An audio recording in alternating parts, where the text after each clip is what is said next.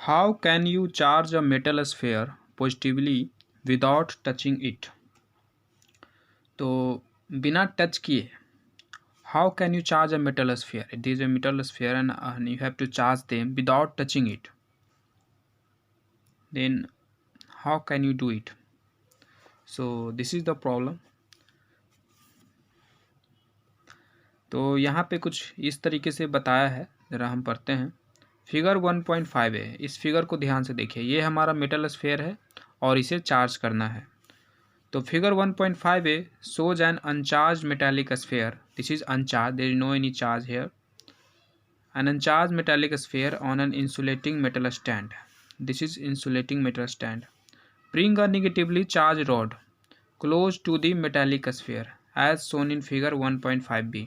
तो 1.5b के जैसा इस फिगर में दिखाया गया है, वैसे ही एक निगेटिवली चार्ज रॉड लाएं इस metal sphere, neutral metal sphere के नज़दीक। As the rod is brought close to the sphere, the free electron in the sphere move away due to repulsion and start piling up at the farther end.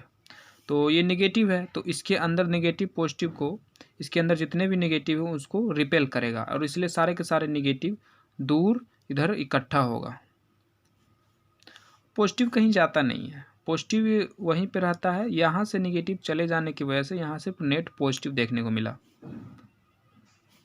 The near end becomes positively, the near end becomes positively charge due to deficit of electrons. यहाँ electron की कमी होने की वजह से यहाँ positive charge हो गया। This process of charge distribution stops when the net force on the free electron inside the metal is zero. तो ये डिस्ट्रीब्यूशन जो चार्ज हो रहा है इधर से उधर, इधर नेगेटिव इधर पॉजिटिव, ये जो डिस्ट्रीब्यूशन हो रहा है ये रुक जाता है कब?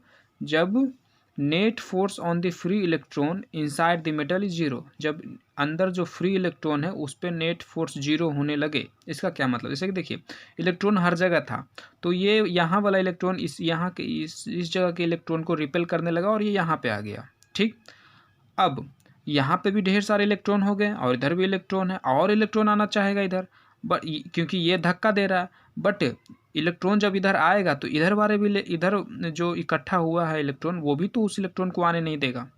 पर ऐसा आता रहेगा कब तक? जब ये जो धक्का लगा रहा है किसी इलेक्ट्रॉन पे वो कम है, जब ये भी उस इलेक्ट्रॉन पे, जो इलेक्ट्रॉन यहाँ पे है उस इलेक्ट्रॉन पे जितना ये धक्का देगा उतना ही ये भी देगा, तो ये कहीं नहीं जाएगा।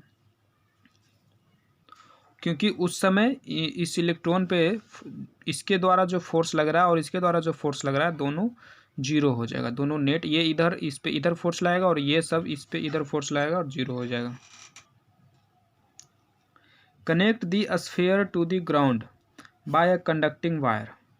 अब ऐसा हो गया, अब इधर इस वायर में, इस स्फीयर में एक कंडक्टिंग वायर ज्वाइंट करके और उस कंडक्टिंग वायर को ग्राउंड कर दो, ग्राउंड से जोड़ दो, अर्थिंग कर दो।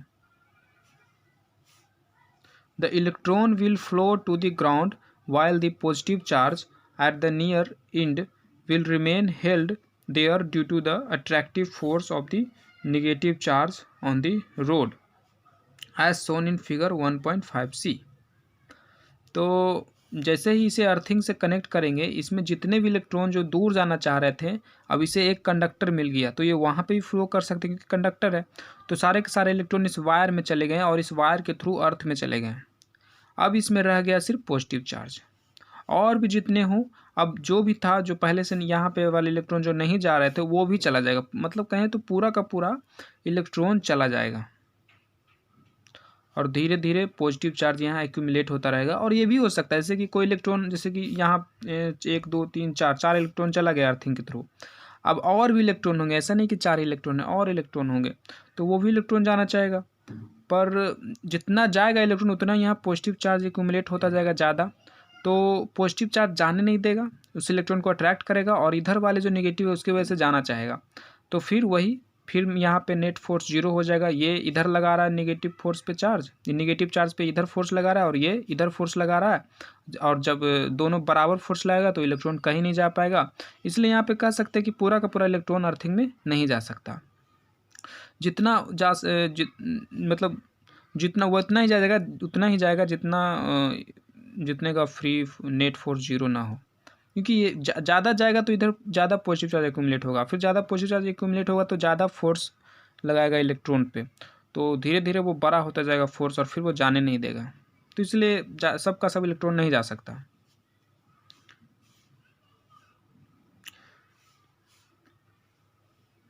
The electron will flow to the ground while positive charge at the near end will remain held there due to the attractive force of the negative charge on the rod.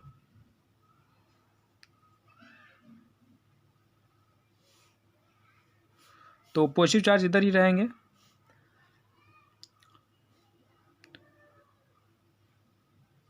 जैसा कि इस figure में दिया गया है।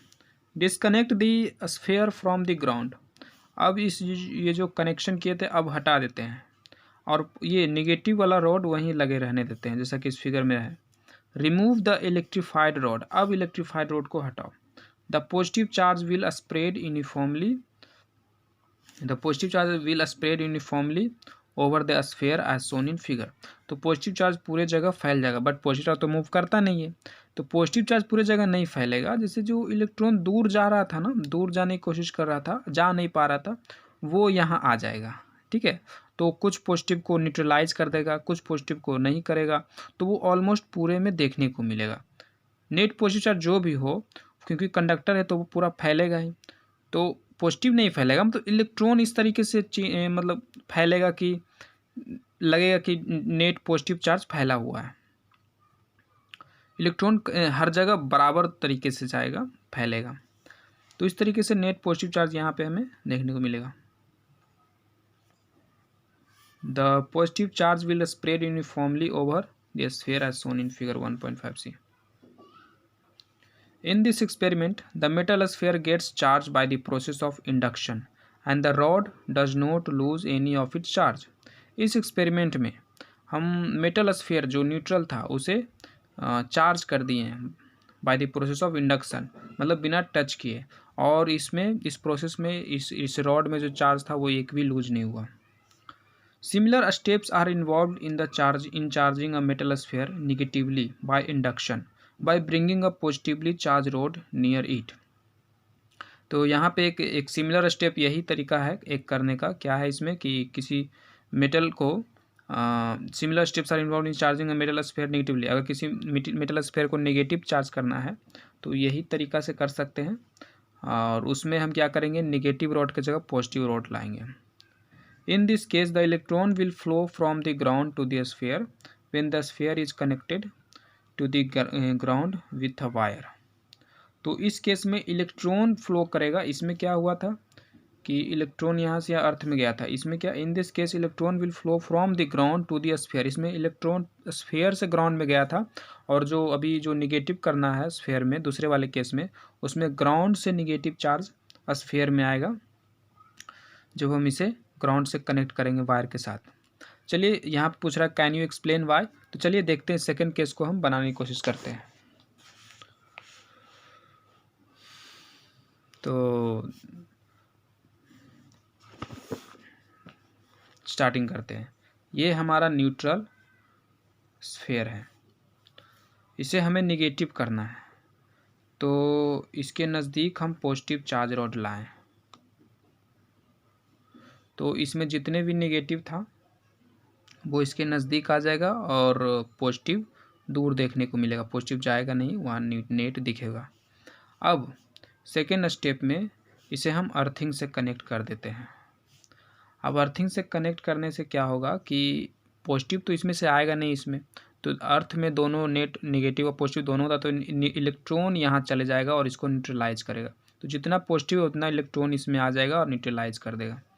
तो अब ये नेट हमें कुछ ऐसा दिखेगा, रॉड अगर लगाए हुए हैं। अब ये रॉड को जब हम हटाएंगे तो ये निगेटिव चार्ज पूरे जगह फैल जाएगा यूनिफॉर्मली, और इस तरीके से हो जाएगा। तो वही वहाँ बता रहा था कि क्यों नेगेटिव चार्ज ग्राउंड से आएगा, तो इस तरीके से आएगा।